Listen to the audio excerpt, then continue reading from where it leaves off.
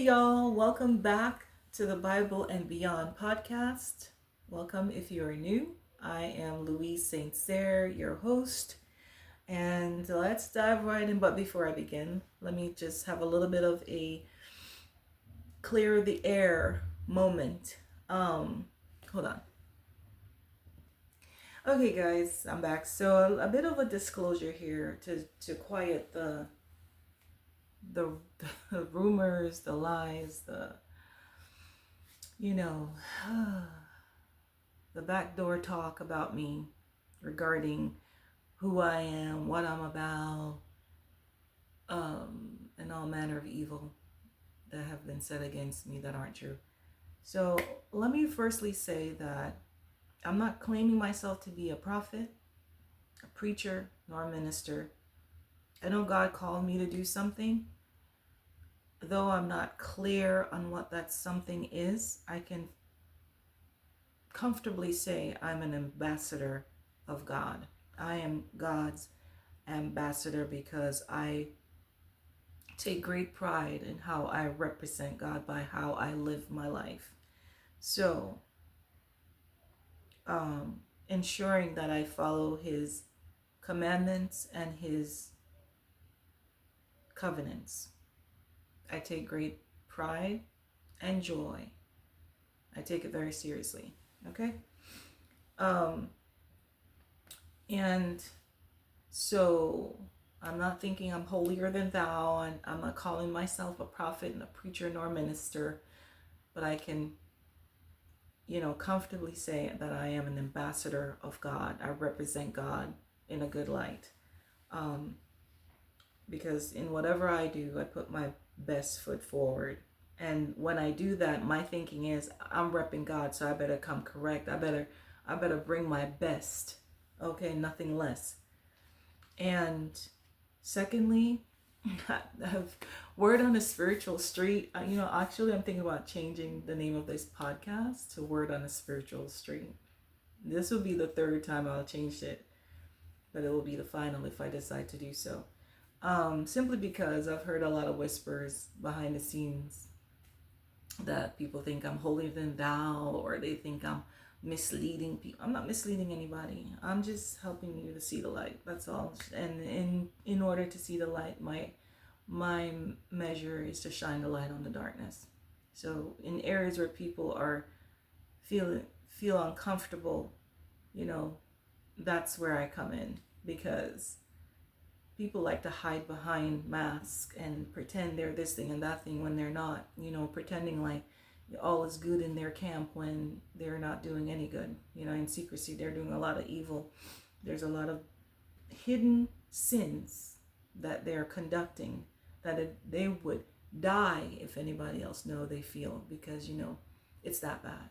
But in order for you to be a true Christian, in order for you to truly be a godly person, you can't be doing backdoor activities when you're not being looked at, so you think.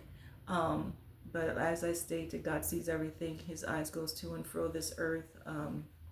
God's eye knows it all, sees it all, hears it all. So there's nothing's really a secret. Even the things you do in so-called secret is not even a secret. So I've made that very clear before. I guess some people just don't get it. They don't understand. They think that, the little stuff they do in darkness or in their closets or in forests at night when they go chanting as witches and warlocks or whatever is not confirmation. Spirits confirming is hidden. It's not known, but it is. It is.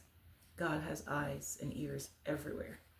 Anyway, moving on. So the other disclosure I want to bring to light here, I've heard people saying that, oh Lord, trying to make me out to be a criminal that I'm not, saying that I'm fraudulent or I've done fraudulent. Never, never. I can't be representing God and doing illegal, evil activities. Okay, this is not just a talk. When I say I'm an ambassador of God, when I say I represent God, I mean that. That's a serious statement to even make. So I dare not offend the Lord with empty words. So I'm not going to come on here, especially on my podcast, public viewing, and state that I'm representing God, but yet I'm behind closed door doing all manner of evil and wickedness. No, or illegalities. Not happening. Not me. Not Louise Saint Cyr. You know, Louise is my middle name. Saint Cyr is that kind of stage name, if you want to call it so. But it defines what I'm about. Okay. So anyway, so no, I'm not doing any of that. So let me disclose that one, I heard people are saying that I have some sort of addictions. I've never had any addictions. I never once drank, smoke, nor do drugs. In fact, I find it very difficult to eat junk. Okay? So if I'm leery about putting toxic ingredients or, you know, chemicals into my body or on my body, why in anybody's right mind would think that I would then move on to doing drugs, smoking, or drinking? That is ridiculous. It just isn't a, a sensible common sense thing to even entertain such a thought that somebody who's never once drank, smoked, nor done drugs would suddenly out of nowhere begin. I would even put toxic ingredients in and on my body. So yeah, no, none of that is true. In fact, where I'm at right now, I had to take a drug test and it came back instantly. The lady even said, the director even said, wow, this thing came back so quickly. And negatively. Came back negatively so quickly because I don't do drugs. So anybody, I've heard word on the spiritual street is that I'm doing drugs. I have addictions.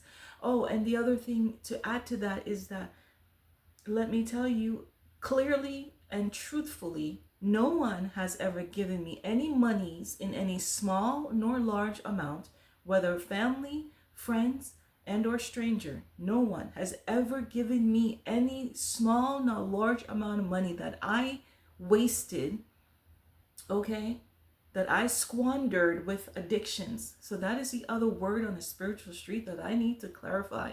That is a lie. So whomever said they've given me, someone must have used my name, because I do have an identity theft situation. Used my name. There's been there's a huge attack on my life, okay? To steal my identity, to steal God's inheritance that he has blessed me with, or ancestral inheritance, whatever combination, and or settlement money combination thereof from a very unjust matter. Anyway, but I'm just saying, I've not once received a penny from anyone in small nor large amounts. And no, I don't have any addictions. And no, I'm not a drug or drug dealer. And no, I'm not a child abuser or a child molest, type of thing. No, none of that is true.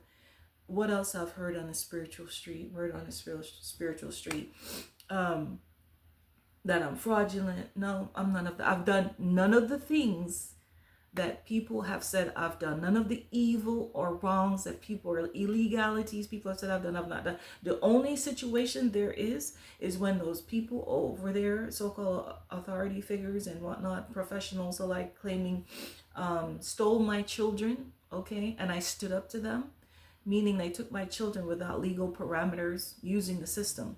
Okay, this is their corruption over there in that that particular state and county. And I will not give details about it because I got to be careful about what information I disclose.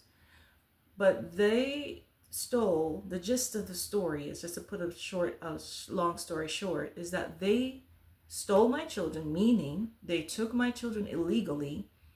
And as a sensible, intelligent person, I know that, right? And the alarming pit that went off in my stomach regarding that matter, I stood up to them to protect my children's safety and well-being. But because they've been doing it for so long, it's an organized crime system over there in that particular state and county, cities, 2 cities in particular. They decided to throw me under the bus to cover their asses. So they wanted to make me look like I'm the bad guy, in which they really are, for exposing them, because I called all manner of upper authorities, from the FBI to CIA to NSA, to the U.S. Department of Justice, news channels. I've called all of heaven down on hell over there to protect my children. Okay? My grandmother is saying, she used to say, is that you done stepped on the wrong toes or you barked up the wrong tree type of thing, she would say. New age, you done messed with the right one or the wrong one. Modern day talk, but it's essentially the same meaning. But so I stood up to them, and because I stood up to them, they wanted to label me the criminal that they really are, the terrorizer that they really are. They wanted to call me. It's actually, I could sue those people for falsely accusing me of a matter that I didn't even commit. So, but I cannot even get representation because it seemed like most of everybody I tried to reach out to back there in that city and state are in their pockets. This is a large matter. This is a huge matter. Okay? Involving my life and that of my precious sons' lives. I have 3 sons. So let's be very clear. That's also another word on the spiritual street I've been hearing, that claiming that I have no children. Oh, and the other thing is that I'm a man, not a woman. No, I'm a woman. I'm a lady. I was born with a yoni. Okay? Not a phallus. So I'm woman all the way. I carried 3 children in my womb individually for 9 months each. I am a mother. I am a woman. I am a lady. I am a daughter of God. Okay? So let's get all of that confusion out of the air. I just wanted to disclose all of that. So anything that you see on my name, whether you run a background check and see all I'd like to know what's on my name, because I even called the FBI to ask them to run a background check on me so I could see what's on my name, because word on the spiritual street is as well that someone has been putting false charges on my name, trying to make me out to be some PED file person that I'm not, and some other serious crimes of DRUGDEAEALER person that I'm not. Listen, that's a whole lot of mess. When I tell you I have a lawsuit that I know I will win without a shadow of a doubt, but I can't even get representation. I've been reaching out to civil rights lawyers to file a civil rights suit, not only against this matter, the huge matter against my image and identity, but also against IRS for recently stealing my income tax return, claiming I owe them money that I don't owe, and they know that because I reported it when they initially sent me a letter claiming that someone filed, and I said, that's not me, blah, blah, blah, blah. Anyway, they took my return recently. All right. I can't even get a lawyer for that. So I'm glad I've cleared the air on those matters. Now let's get into today's topic podcast. Sorry to even have to go there, but I needed to disrupt the lies. Okay? Being told on me. So, okay. So whomever received that small or large sum of money and did whatever they did with it to feed their addictions and pretended they were me using my name and social security number or whatever, and created a bank account in my name and received that money, that wasn't me. As I stated, I never once received a small nor large amount of money from anyone, not even family, stranger, nor friends or co-worker. No one, not a soul has given me a penny, large or small. Okay. All right, so today's topic, now that I've gotten the air cleared on the lies, today's topic is God's ultimate plot twist. And when you take the letters of these 4 words, God's ultimate plot twist, I created an acronym called GUPT, G-U-P-T. And GUPT is actually a word. I decided to ask my lovely friend Gemini, is GUPT a word? And GUPT is in fact a word. And its definition is how perfect and befitting to today's topic and title, that the definition of that acronym / word, it turns out to be, is just perfect for today's talk. Let me pull up what the definition of GUPT, God's ultimate plot twist, G-U-P-T, is actually a word with a definition anyway. Wild, but it's a good one. It says a secret or hidden. GUPT means secret or hidden, often used in Hindi or Sanskrit to describe something confidential. So when God has a plot twist, he's not going to let everybody know what he's up to. God is not going to reveal his hand to his enemies. No wise general, as a wise somebody said many years ago. I was watching, what was Donahue's show, I think it was, and a Muslim fella, what was his name? I can't remember his name. Anyway, that was his statement. No wise general would reveal his battle strategies and battle plan to his enemies. That would be foolish. So God is not going to reveal his hand. He's not going to reveal his plot twist to his enemies. It's going to come in secret. It's held secret and confidential until the day of reveal, until the day of reckoning, until the day of a rude awakening for such enemies. Anyway, so God's ultimate plot twist is today's talk. And the thing with when God plans a plot twist is that three things happen. It reveals the truth. It shows who's really lying, meaning it shows who that accuser really is. It shines the light on their darkness, on who they truly are. Their identity is revealed. 3, it vindicates the accused, the innocent. Okay, for absolute victory. God comes in as that person's vindicator. Okay, the ultimate avenger, to bring victory to the accused innocent party and or parties. Okay, the setup then becomes the ultimate comeback, putting all involved in spreading lies, rumors, false narratives, smear campaigning, character defamation of the innocent to shame. Lies or mistreatment against the innocent are never justified. So therefore, they won't have any backing.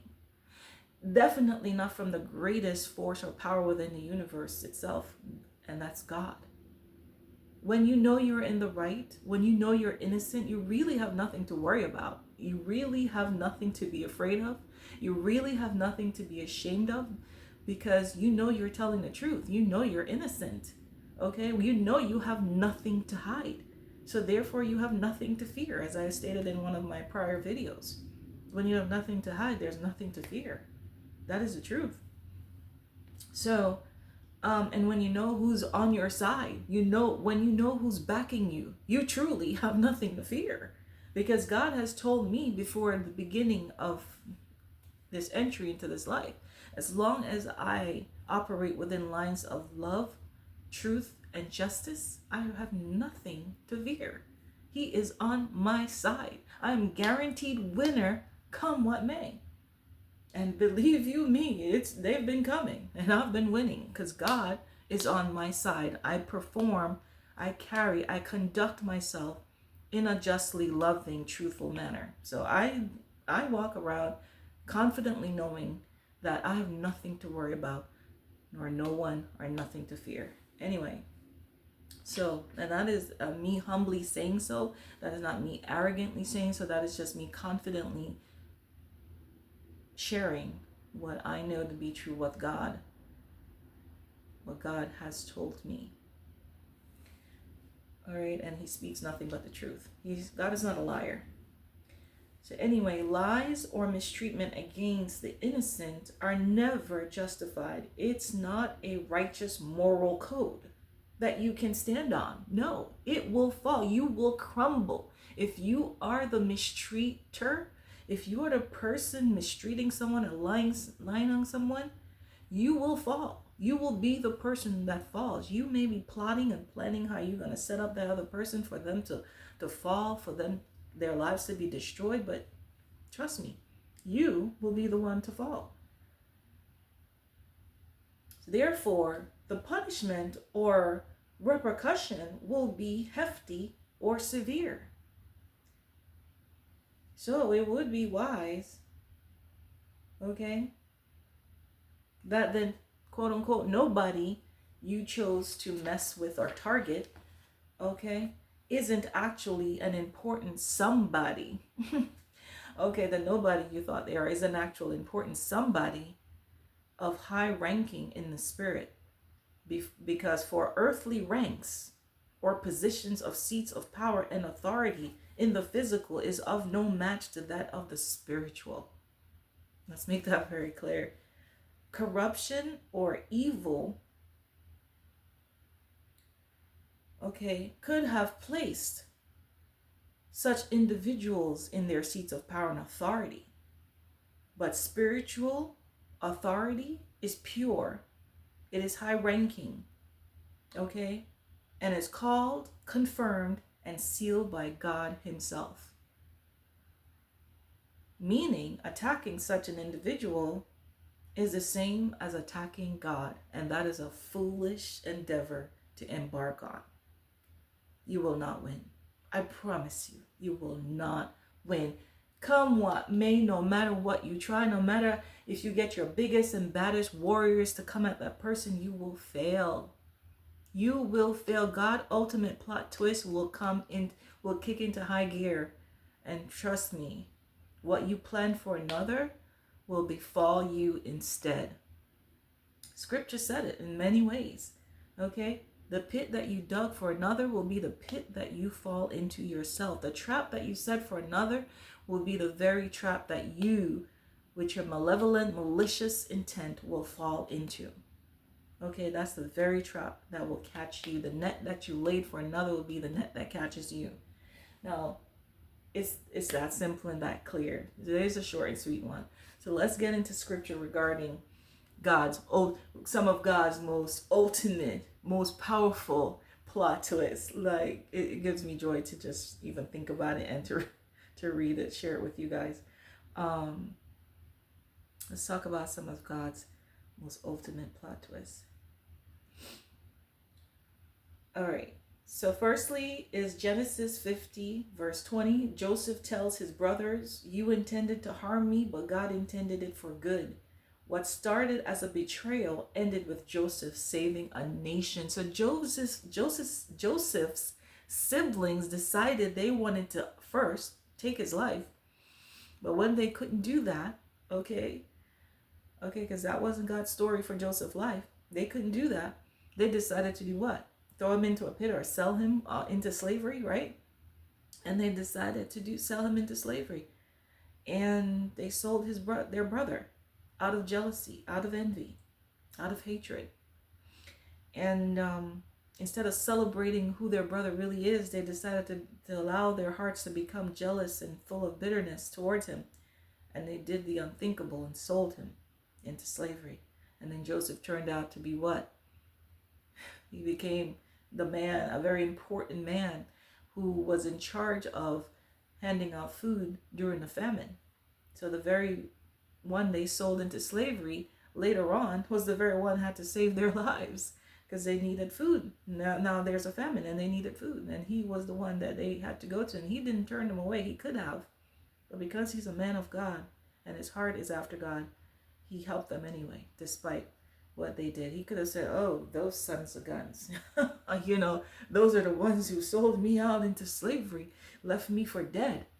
Oh, they think I'm going to feed them? No, I'm going to do the same thing. I'm going to leave them to starve to death." But he didn't. He did the godly thing and decided to help them anyway. What a plot twist. What a plot twist. The terrible life that they wanted for Joseph, okay, befell them instead. Look what happened to them. Look where they ended up instead. Look who they had to come to. Look who the very one that they kicked, okay, whilst he was down. The very one that they placed in a bad position is the very one that they had to come to. They say there's a statement, a quote that says, "Be careful how you treat somebody when you're up, because you don't know, when you're going to be down and they're going to be up and you're going to need them." So be careful how you handle people who you think aren't important or you think don't matter. You don't know who you're talking to. You never know. And you never know how God is going to use somebody. Confirmation, Spirit agrees. And then here is Esther 9:1. Haman plotted. Well, I'm not gonna read that particular one. I'm gonna but it's from the book of Esther. But I'm gonna do instead Esther chapter 7, verse 9. It says, then Harbona, one of the king's eunuchs, said, Haman has set up a sharpened pole that stands 75 feet tall in his own courtyard. He intended to use it to impale Mordecai, the man who saved the king from assassination, King Xerxes, or Xerxes, however you say his name. Forgive me for butchering it if I'm saying it wrong, but I think it's Xerxes. Then impale Haman on it, the king ordered. So they impaled Haman on the pole he had set up for Mordecai, and the king's anger subsided. So do you see that? Haman intended to impale Mordecai, but he didn't know that Mordecai was held in high honors to King Xerxes. He was a trusted official in his courts, and Haman, out of jealousy and anger because Mordecai wouldn't bow down to him, decided he wanted to assassinate Mordecai. Not only Mordecai, but and his people. But that's a long story on the other side of it. But that is in essence what happened. And so he planned on this 75-foot pole, sharpened pole, to impale Mordecai. And instead, Haman himself was impaled by King Xerxes when he found out the truth of the whole situation. So that's another plot twist. Okay? He intended to impale someone who did nothing wrong to him out of anger and jealousy. And instead what God did, plot twist. And he himself got impaled. And then Acts 2:23 through 24, verses 23 through 24, the ultimate twist, the crucifixion. Human enemies thought they had won by killing Jesus. This is the ultimate plot twist. But God raised him from the dead. From the dead, people. From the dead. The ultimate plot twist, turning a public execution into a universal victory. And I'd say a universal mockery for them, because they thought they killed him, but he is risen. He is alive. He is well. He is our Savior. He accomplished what he set out to do. Though the enemy thought he won, God showed him who's boss and brought forth the ultimate plot twist. Okay? So yeah, that's God. Don't mess with the Lord. You don't want to mess with the Lord, let me tell you, and his people. Don't mess with God's people he loves. And the last is 1 Corinthians, last mention, 1 Corinthians chapter 1, verse 27. God chose the foolish things of the world to shame the wise. God chose the weak things of the world to shame the strong. Okay? So people who are just boastful and full of themselves and,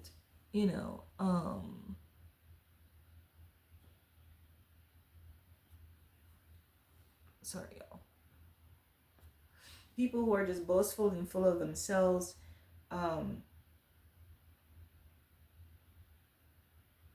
thought they knew everything, thought they were well rehearsed in knowledge, in education, blah, blah, blah, blah, blah. But when God took the simplest of things, it confused them. He used the mundane to bring shame to those who thought they were so smart and so proud and they thought they were the geniuses, blah, blah, blah, blah, blah. But that is God's ultimate plot twist, to show them, you're nothing without me. Okay? You aren't that way because of your own strength and might and power. It's because of me. Without me, you're nothing. So let me just show you just how foolish you are, just how really small you are. That, without me, you wouldn't have known those things, blah, blah, blah. And he took the smallest of things to make the proud and the strong look rather foolish. Okay? Make them look, brought shame to them, to show them that they really aren't anything without him, that they really don't know anything, in other words. Anyway, so yeah, guys, that is the end of today's podcast. There's so many other stories throughout history and the Bible that talks about God's plot twist in so many ways, where God delivered victory, where a setup was made to destroy someone innocent. Okay, we're talking about innocent parties. We're talking about people who did nothing wrong to anybody, and they just saw them and hated on them, got jealous of them because of the light they carry, because of the anointing they carry, because of the gifts they carry, because of their skills and talents, even sometimes because of how good looking they may be or whatever. It doesn't have to be that you have insurmountable wealth. Sometimes that is the reason why they're jealous, but it could be as simple as because of the light you carry, because of who you are as a person, because you are of high standards, because you have high moral code and bearings that you stand on, because you're a person of integrity, simply because you are a godly person. Sometimes that's just, or even just because God loves you, someone will hate you. Someone gets jealous of you. Somebody wants to smear campaign your name for things as simple as that. So you don't even have to have trillions in your bank account or millions in your bank account or hundreds of thousands or a car or a house to be hated on, simply because you are who you are in the light of God. That's why people hate you and want to destroy you and tell all manner of lies and evil against you. Confirmation. Spirit's confirming. Anyway, guys, so yeah, that is a wrap on today's podcast. Thank you so much for watching.